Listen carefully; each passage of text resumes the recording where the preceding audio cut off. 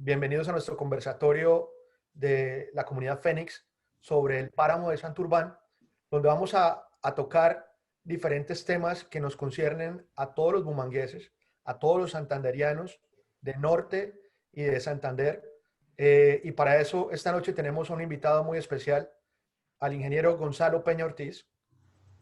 Gonzalo es ingeniero civil de la UIS, especialista en ingeniería del medio ambiente. Ha realizado cursos sobre preservación del medio ambiente y la calidad del agua.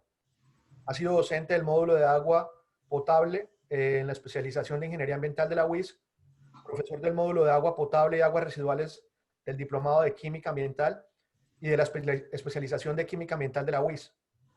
Dentro de los artículos destacados y las publicaciones que ha hecho Gonzalo, ha hecho artículos sobre diseño de plantas potabilizadoras del agua con energía hidráulica en todos los procesos y ha estado asociado con empresas de sistemas hidráulicos y sanitarios limitada, trabajando fuertemente en plantas de tratamiento de agua para uso humano e industrial y cuenta con laboratorios de aguas acreditados para análisis fisicoquímicos y bacteriólogos de aguas del acueducto, alcantarillado y aguas industriales en diferentes municipios y en diferentes lugares de Colombia. Y a Gonzalo le damos la bienvenida esta noche. Estamos muy felices de tenerlo acá con nosotros. Y quiero hacer la primera pregunta. ¿Por qué no nos cuenta, Gonzalo, un poco cuál ha sido su compromiso con el páramo de Santurbán, cuál ha sido su trayectoria y cuál ha sido la historia? Yo estudié, como les comentaba, en la UIS, la ingeniería civil. Mm, Trabajé en el acueducto de Bucaramanga un par de años y digamos que allí le cogí como el gusto al tema del agua. Perdón, 3 años trabajé en el acueducto. Y de allí me retiré, eh, me dediqué a la construcción. Yo le hice la fábrica La Periquita Ramón Cardoso.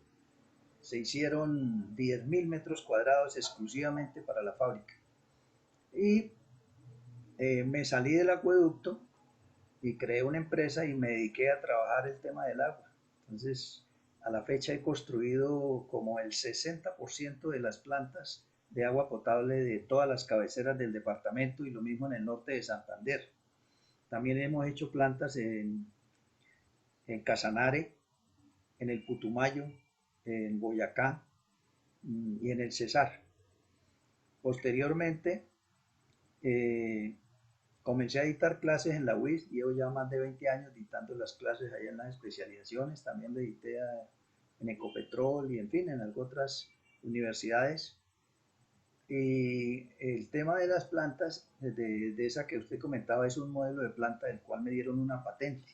A mí siempre me preocupó por qué razón los campesinos no podían tener agua potable como se tiene en las ciudades. Es un problema que desafortunadamente en muchos casos todavía subsiste, ¿no? Y si usted tiene agua en la cabecera, todos los corregimientos y veredas son muy pocos los que tienen ese servicio. Una causa importante de que la gente se salga del campo es porque no tiene comodidades, no tiene facilidades para producir y sin embargo son 7 millones de colombianos que son los que nos dan toda la comida que nosotros tenemos, ¿no? Porque el resto es importado. Entonces, ese modelo de planta que yo hice es un modelo de planta que todavía, la primera que hice, la hice hace 39 años y sigue funcionando. Igual Gonzalo, la seguimos trabajando. cómo salta usted de ser un empresario, obviamente con relación en California, y, y empieza su lucha, su liderazgo para defender el páramo de Santurbán? En el año de 2010 había una compañía que incluso estaba de antes, que se llama Grey Star. Esa compañía Grey Star era de canadienses. Ellos intentaban hacer una minería a cielo abierto. Entonces, si hubiesen hecho minería a cielo abierto, el páramo, que es un bioma, por así decirlo, de unas características tan sui generis, como que no hay sino páramos en 5 países de la Tierra. Y de acuerdo a lo que se conoce, se demoró más o menos 3 millones de años en lograrse la adaptación de todas las especies animales y vegetales, porque ahí se presentan circunstancias como de día 30, 35 grados y de noche por debajo del punto de congelación. Pero a diferencia de los países normales, que son estacionales, ¿no? Que tenemos el invierno, el verano, etcétera. Aquí en Colombia, pues invierno y verano, no más.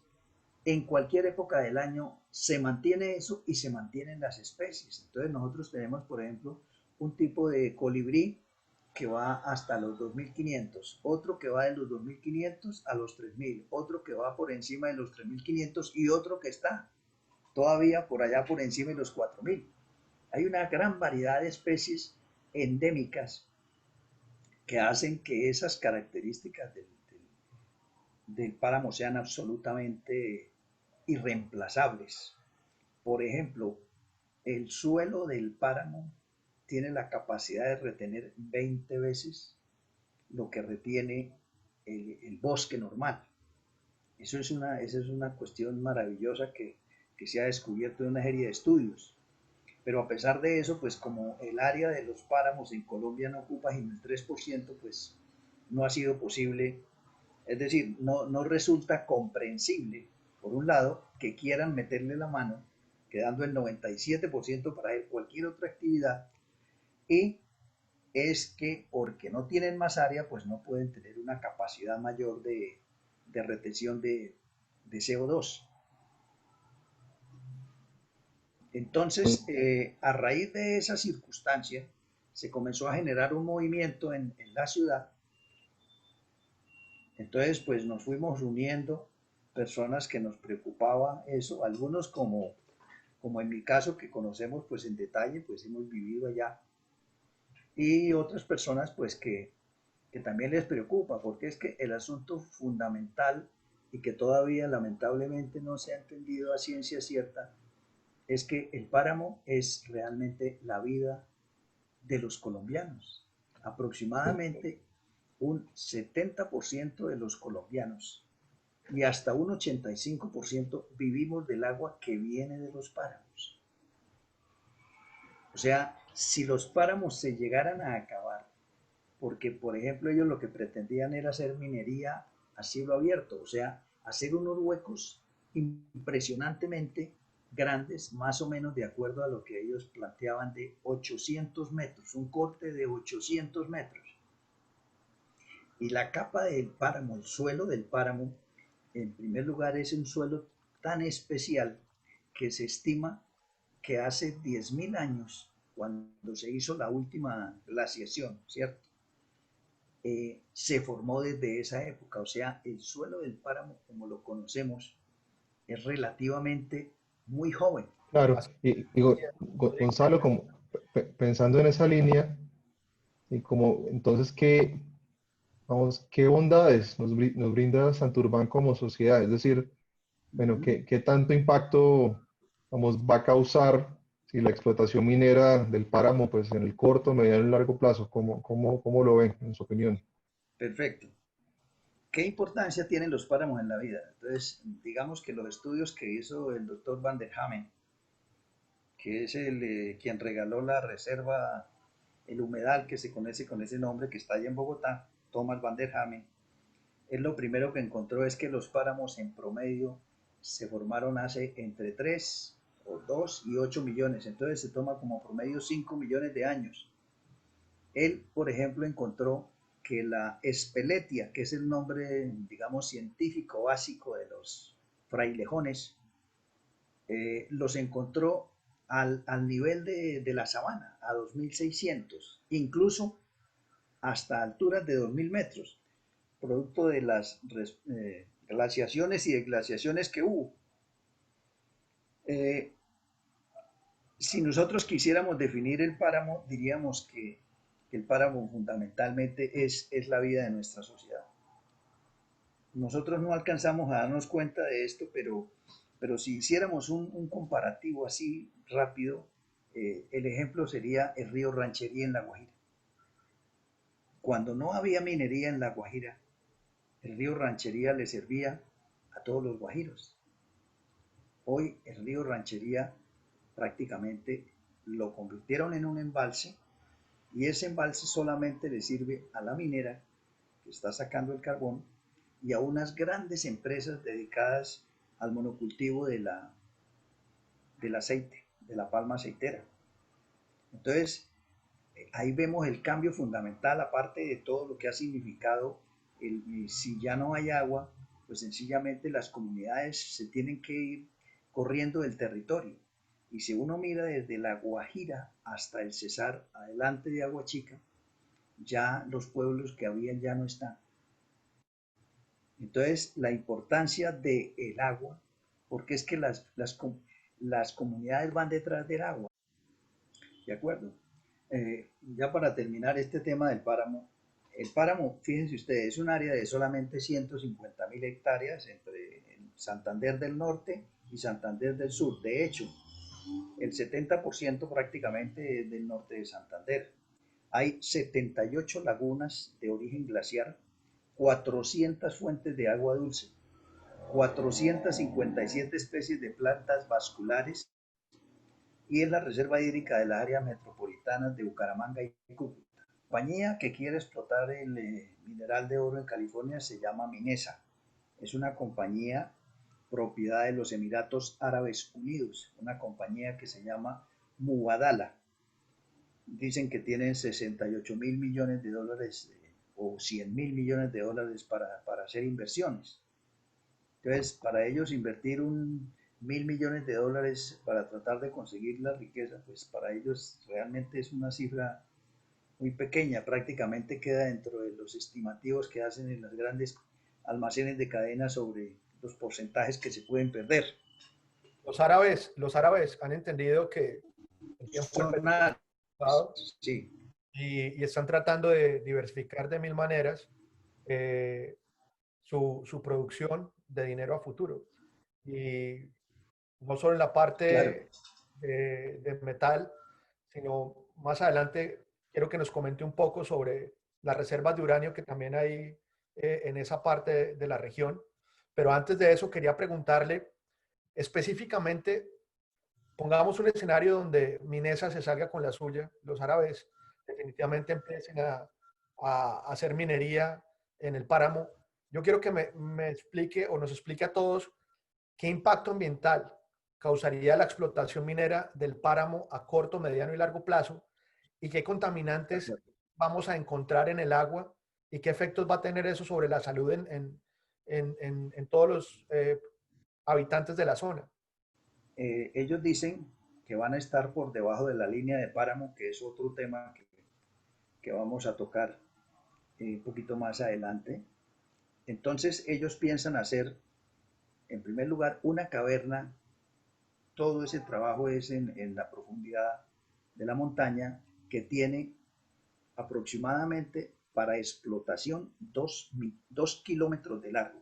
Estamos hablando, imagínense ustedes, debajo una caverna gigantesca, muchísimo más grande que la que hay en la hidroeléctrica de Hidroituango, por ejemplo.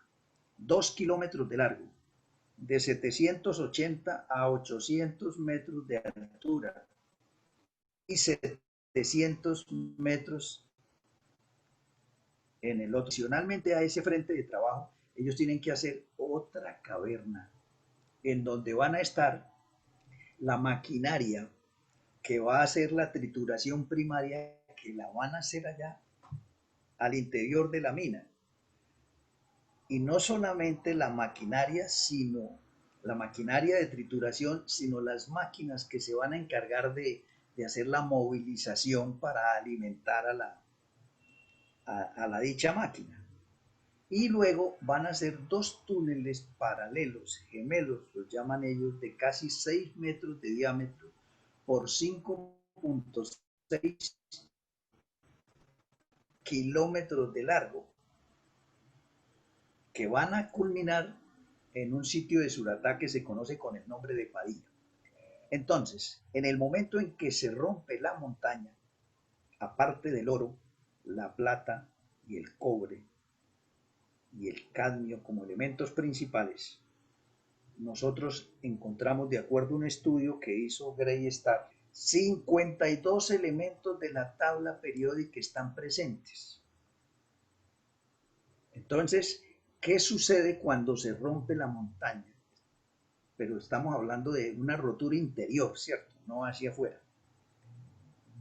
El oro que está en California está asociado a lo que se conoce con el nombre de arsenopirita. Arseno por arsénico y pirita por sulfuro de hierro. Sulfuro de hierro es hierro más S del azufre. Aparte de eso hay sulfuros libres y hay sulfuro de plomo que se conoce con el nombre de galena. La galena es otro elemento que tiene azufre. Entonces, cuando hacen la explosión de la dinamita para hacer el avance, sencillamente muchos de estos elementos, digamos, se atomizan. Y como eso está dentro de la montaña que está llena de agua, de hecho, en un túnel que llaman exploratorio, que resulta ridículo, porque como les comentaba inicialmente, hay una fase en que les dan el permiso y posteriormente hacen la exploración. Ellos hacen la exploración, hacen un estudio, determinan que es comercializable lo que hay y solicitan mediante un estudio completo donde describen el proyecto y cómo van a atenuar los impactos ambientales. Entonces la Autoridad Nacional de Licencias Ambientales les da o no la autorización. En el caso de Grey Star, por el daño que se hacía al páramo en superficie, el Estado decidió no aprobarles la licencia. En el caso de la ANLA ya había presentado en una primera oportunidad en el 18, pero extrañamente esta vez, en vez de seguir con el análisis para decirles que no, curiosamente les permitieron que retiraran el permiso. Hubo un cambio, digamos, de cualitativo en la manera de interpretar la norma. Pero sigamos con lo que pasa al interior. Entonces resulta que se forma ácido sulfúrico. ¿Por la reacción de qué? De los sulfuros. Por el hecho de la temperatura se forma sulfato. Y el sulfato con el agua que está presente en la montaña forma ácido sulfúrico. ¿Y en qué proporción? En la proporción de 72 kilos de sulfato por tonelada de material removido. Eso es una concentración elevadísima, lo cual hace que el pH se baje a valores que los he medido de 1.48. Con ese pH de 1.48 no hay una especie animal o vegetal que pueda sobrevivir. La Coca-Cola tiene pH 3. Si usted tiene un tornillo oxidado y le mete ahí en un vasito de Coca-Cola, a los 2 días viene y está completamente limpio. Y si lo deja más tiempo, se le disuelve. El ácido sulfúrico se utiliza normalmente en el laboratorio para cuando usted le llevan una muestra de ala, yo quiero que me averigüe si esto tiene vanadio, si tiene titanio, lo que sea. Entonces lo que se hace es que se le añade ácido sulfúrico y se hace lo que se conoce como la digestión. Entonces ahí se va a disolver. Después de eso se coge con una jeringuita, se le mete al aparato, y entonces el aparato en un computador le dice hay tantos gramos por metro cúbico, lo que usted, la unidad de medida que usted quiera. Entonces, esos 52 elementos que les he mencionado se van a disolver. Por ejemplo, el arsénico, ¿en qué proporción está? Está en proporción de 356 gramos por tonelada. ¿De dónde me saco esa cifra? Esas cifras están en el estudio que ellos hicieron. Déjeme le pregunto No, una cosa, Gonzalo. Usted habla de arsénico, habla de ácido sulfúrico, hemos escuchado sobre mercurio. ¿Qué impacto para la salud va a tener esto una vez filtre el agua, una vez se contaminen los recursos hídricos de la región? O sea, ¿la gente va a saber a ciencia cierta de qué se va a morir? hablemos del arsénico. El arsénico es un elemento que tiene varias presentaciones y que fácilmente se puede disolver en el agua. El arsénico se disuelve en el agua y sencillamente si usted lo utiliza para riego, pues llega hasta las frutas. Igual cosa sucede con el cadmio.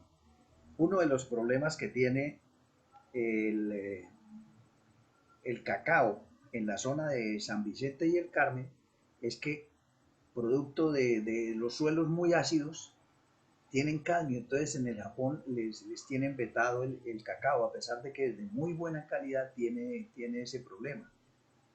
El, el, eh, el cadmio también genera problemas del hígado, del riñón. El arsénico prácticamente acaba con todos los órganos. Provoca abortos, provoca problemas genera diabetes.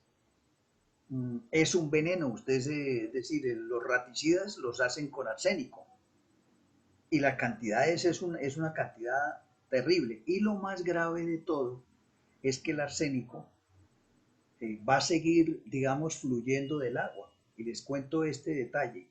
Eh, la civilización Chinchorro en Chile, que se descubrió hace poco, en el desierto de Atacama, allá encontraron 20 momias con una edad entre 5 y 7.000 años antes de nuestra época. Y resulta que le hicieron análisis y encontraron que habían muerto por la ingesta de arsénico. La edad mayor que vivían esas personas eran 24 años, como detalle importante. Y de entre esos la mitad eran niños.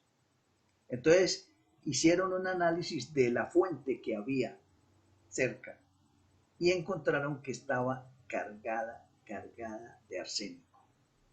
Un análisis que se hizo hace poco, el cual lo tengo acá, que lo hicieron en diciembre del año pasado, en la zona de California y Betas, simplemente en los desechos de una pequeña mina que había allí, de las minas que llamamos artesanales, si se quiere, 460 gramos de arsénico por metro cúbico de agua. Las plantas del acueducto de Bucaramanga, ninguna está en condiciones de tratar el agua que puede venir con esas características. Y el último elemento que desafortunadamente estos señores no han tomado en cuenta es concretamente el tema del uranio. Yo me puse en el trabajo de estudiar y encontré que desde el año de 1953, año 55, año 64, año 74, año 80 y finalmente en diciembre de 2016 hay una cantidad de estudios hechos por el mismo Estado, el Servicio Geológico Colombiano, que hablan de concentraciones que oscilan entre 500 gramos y 20.000 gramos por tonelada de mineral, de material que saquen de la montaña. ¿Qué significa eso? El uranio en sí, que es como se le conoce al uranio, que la mayoría del uranio es uranio 238, es un material de color oscuro, así como de este color, y se conoce con el nombre de pechblenda o uraninita.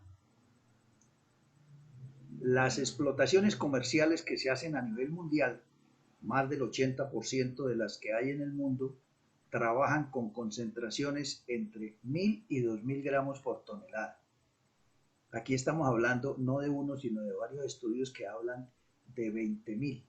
Entonces, cuando ya lo trituran, lo primero que sale es el gas radón, producto de la rotura de la montaña. Y el gas radón, que tiene una vida media de 3,5 días, sencillamente produce leucemia. O sea, los primeros afectados van a ser los que están trabajando directamente al interior. Y un estudio muy especial que hizo en el año 74 Calixto Ortega, adscrito a la Universidad Nacional y al Instituto de Asuntos Nucleares, encontró en el agua, aproximadamente mediante una técnica que se conoce como geoquímica, encontró hasta 27.000 gramos disueltos en el agua. ¿Qué efectos tiene eso? El problema grandísimo es que ellos piensan hacer en Suratá, que es el pueblo vecino, en unas 65 toneladas, un vertedero para colocar entre 25 y 30 millones de toneladas.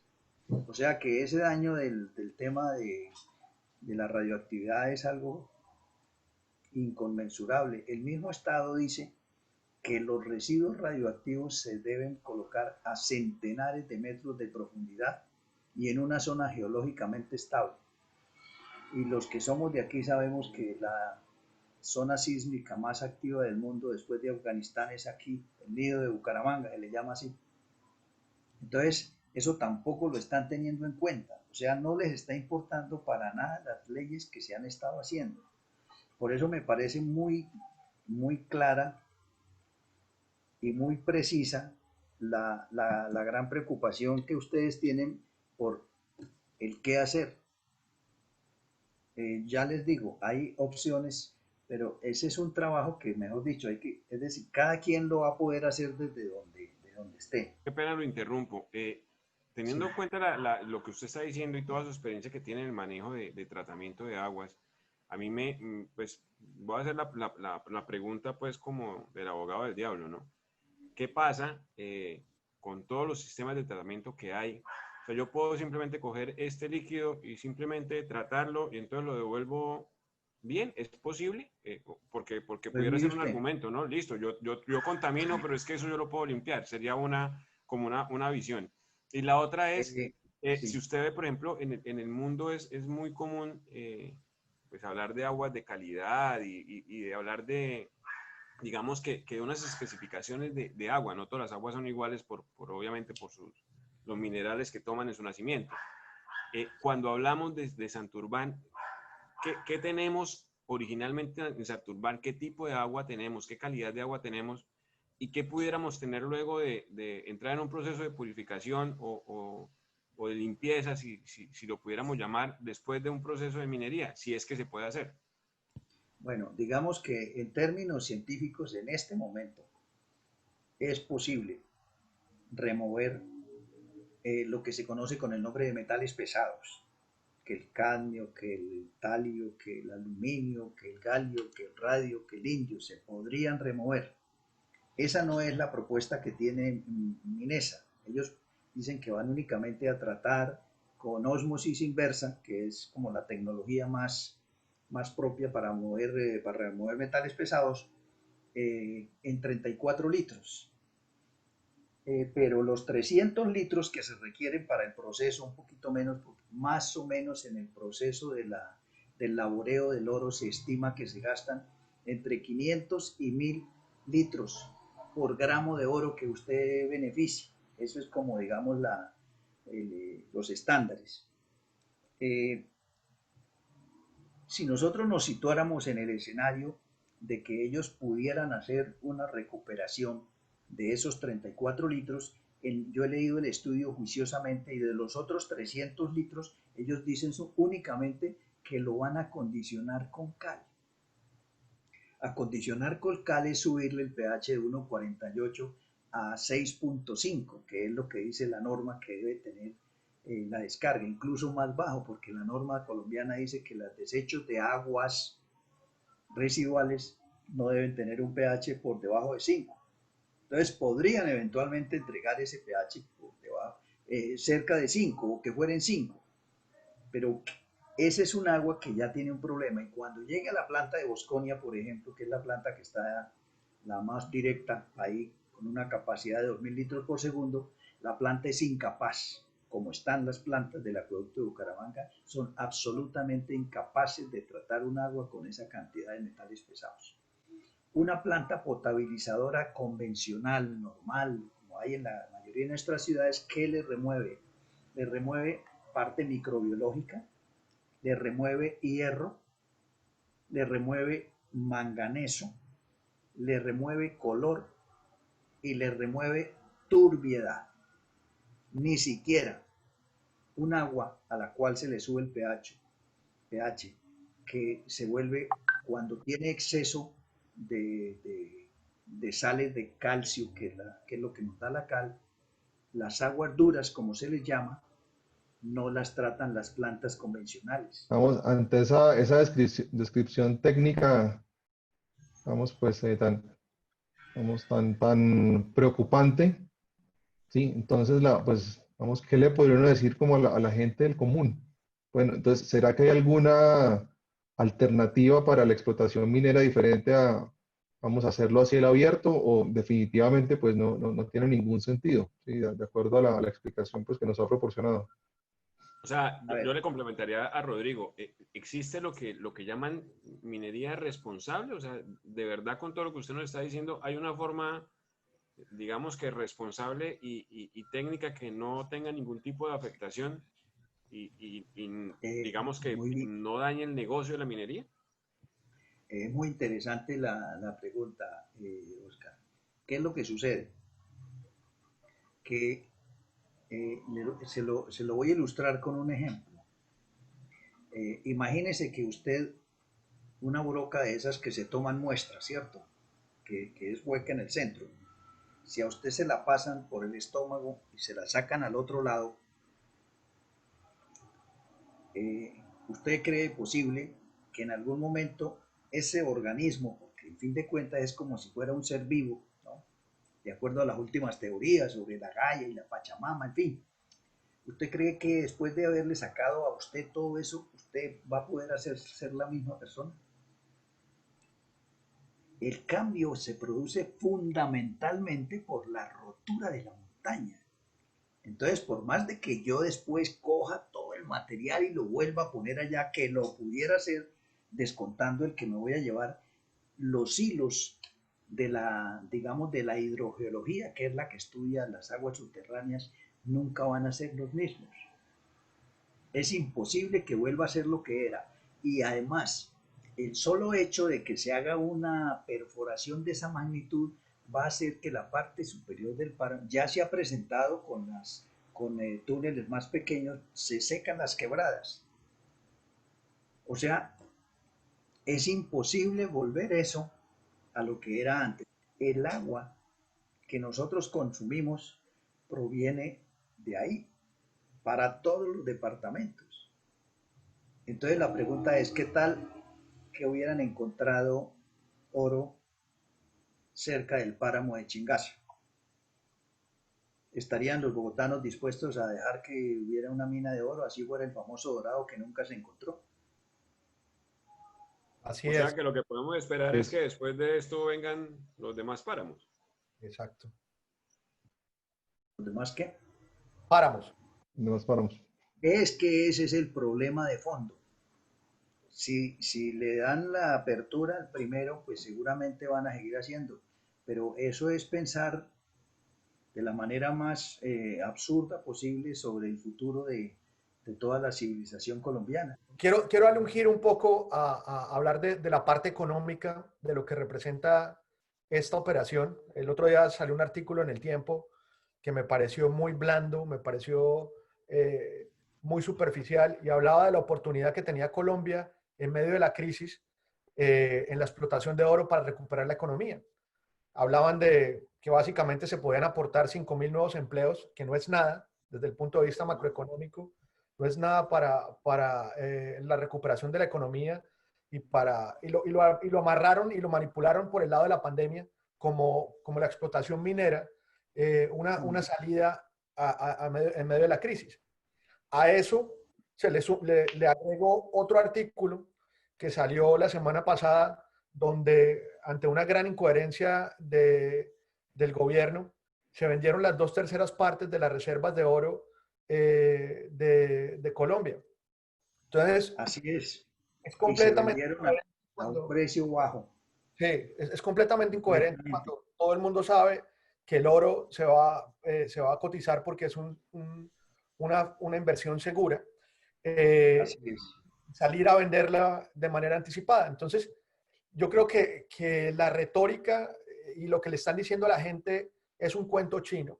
Y yo quiero hacerle una contrapregunta con base en esto, es, olvidémonos del oro por un momento.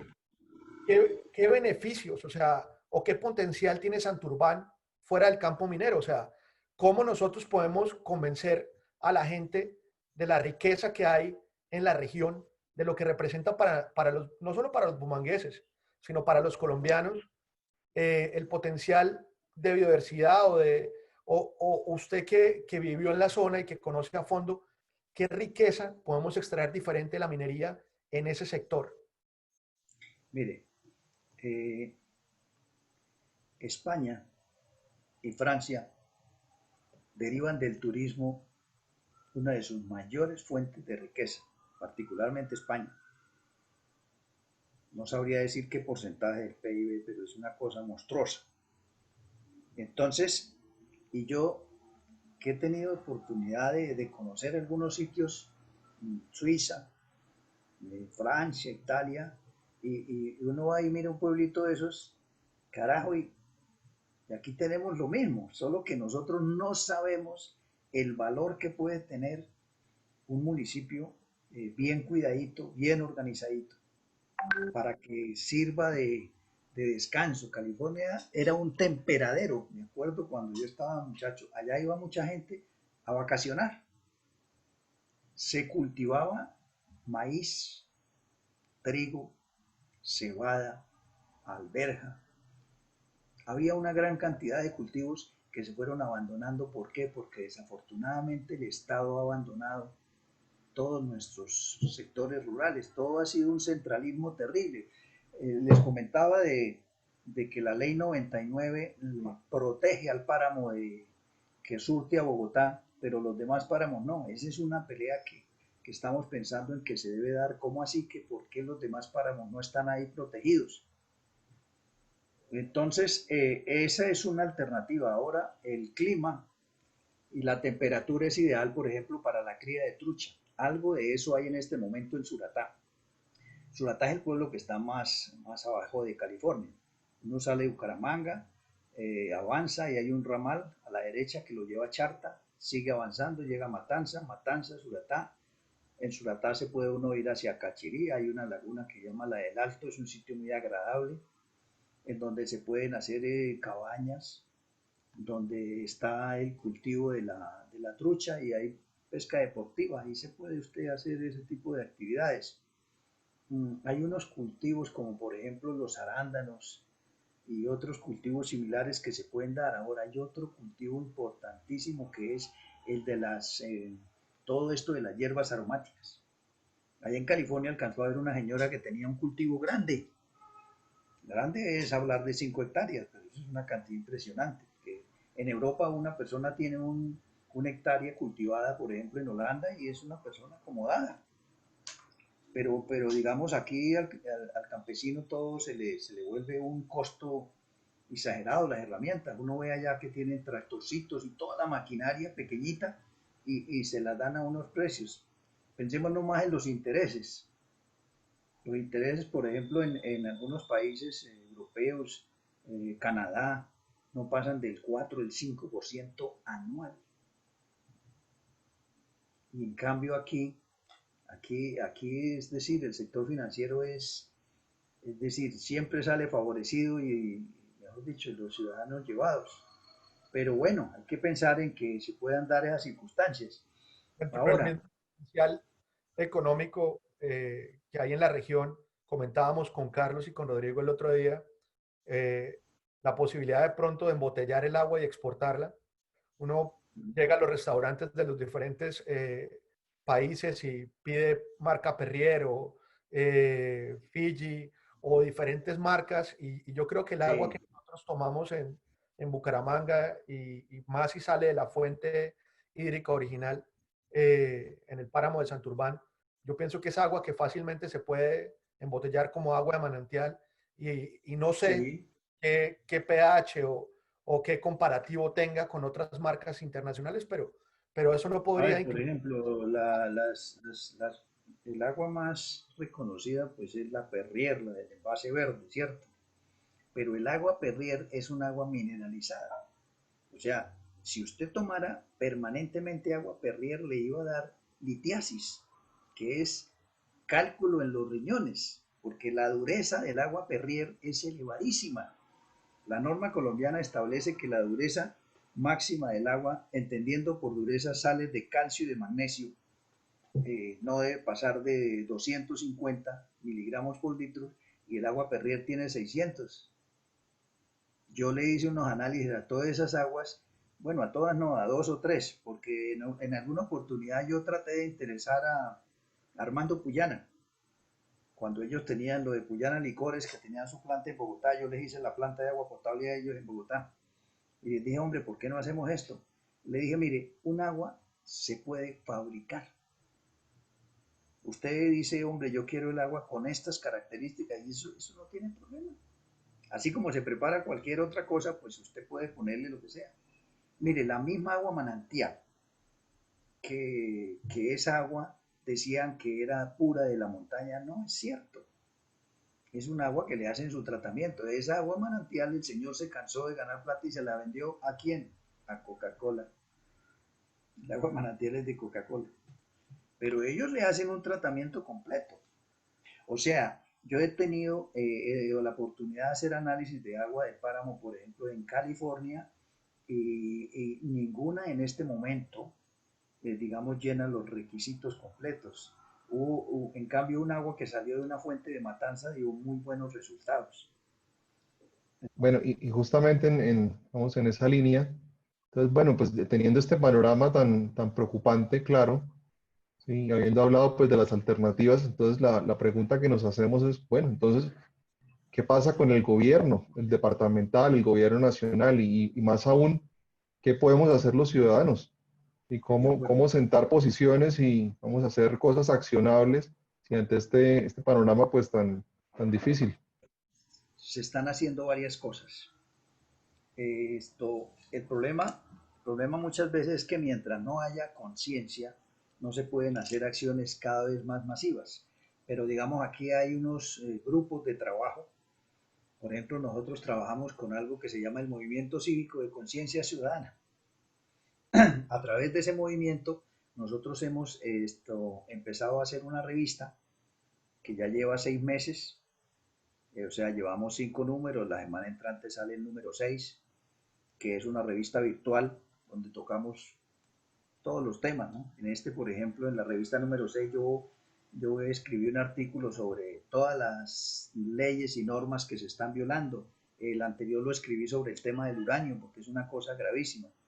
Estamos asociados a Greenpeace y entonces esperamos que a través de ello podamos lograr algún tipo digamos, de apoyo, porque en Argentina ellos han hecho unos trabajos muy interesantes desde ese punto de vista.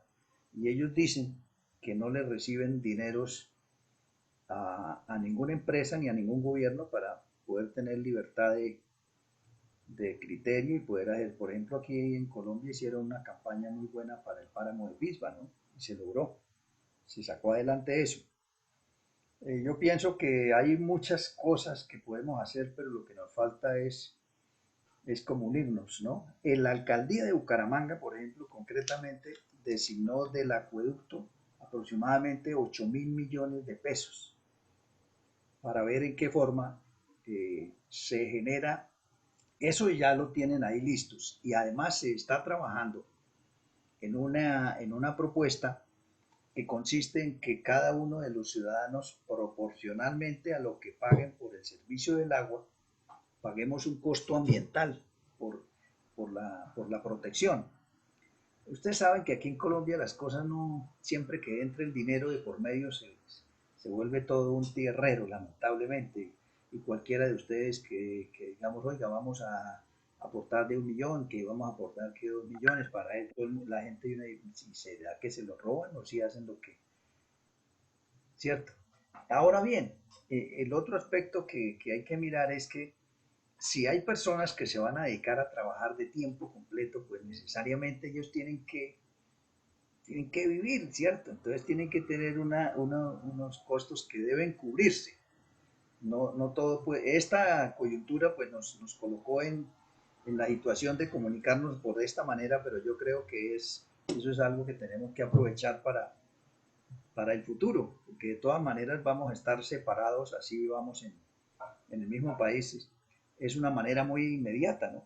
Que realmente antes solamente lo utilizaban algunas empresas, ahora todo el mundo. Hay temas de orden agrícola. Hay un economista que se llama Luis Álvaro Pardo, que ha estado trabajando mucho en estos temas y ha estado acompañando a la gente de Jericó. De hecho, los de Jericó en la revista mandan un trabajo interesante. En Cajamarca, en el Tolima, allá entró una compañía y resulta que ahora Crepes and Waffles, ellos producen toda la racacha que usted quiera y toda se la compran los señores estos de Crepes and Waffles. Entonces es ir generando como un fondo de conocimientos para ir determinando en qué se puede hacer una inversión, pero para eso tenemos que contar con la misma gente de la región, porque Claro. cambiarles, ¿cierto? Y yo creo que si los ciudadanos se comprometen hasta bloqueos económicos, se pueden hacer. O sea, yo pienso que nosotros tenemos que luchar para que esto no pase. No como pasa muchas cosas en Colombia que todo el mundo va a venir la catástrofe y hasta que no es demasiado tarde no se reacciona. Hay dos cosas que yo quiero aportar antes de darle la palabra a Carlos, que tiene una pregunta. La primera es, hay 10 muertos por COVID en estos momentos en Colombia. Y el presidente de la República se ha encaminado a evitar que el número de muertes por COVID sean más altas.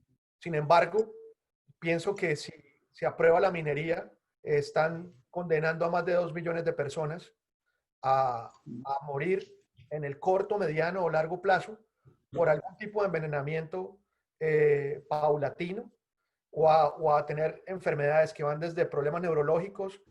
No, incluso llegando a temas económicos. O sea, que digamos que ahí va encaminada mi pregunta, Gonzalo, porque listo, sabemos que es un tema, digamos que álgido para todos, sabemos que es un tema de conciencia, sabemos que es un tema digamos, de tomar más en serio el asunto, pero pues como hablamos al comienzo, Oscar está en Estados Unidos, yo estoy en Barranquilla, Rodrigo está en Bogotá, hay mucha gente que está por fuera y dice, pero ¿qué hacemos? O sea, pero digamos cómo volvemos esto un poco más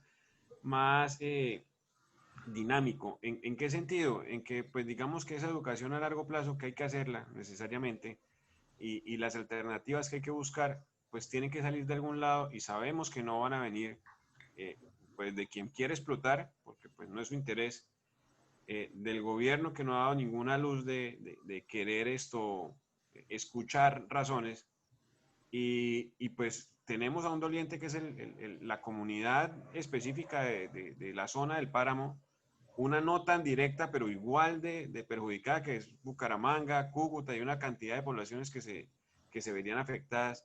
Entonces la pregunta es, Gonzalo, porque lo que nosotros queremos hacer es eco y la intención de esta comunidad siempre ha sido esa, es hacer eco y generar conciencia. Entonces, ¿cómo generamos conciencia? ¿Cómo sacamos algo de esto para que las cosas empiecen a cambiar?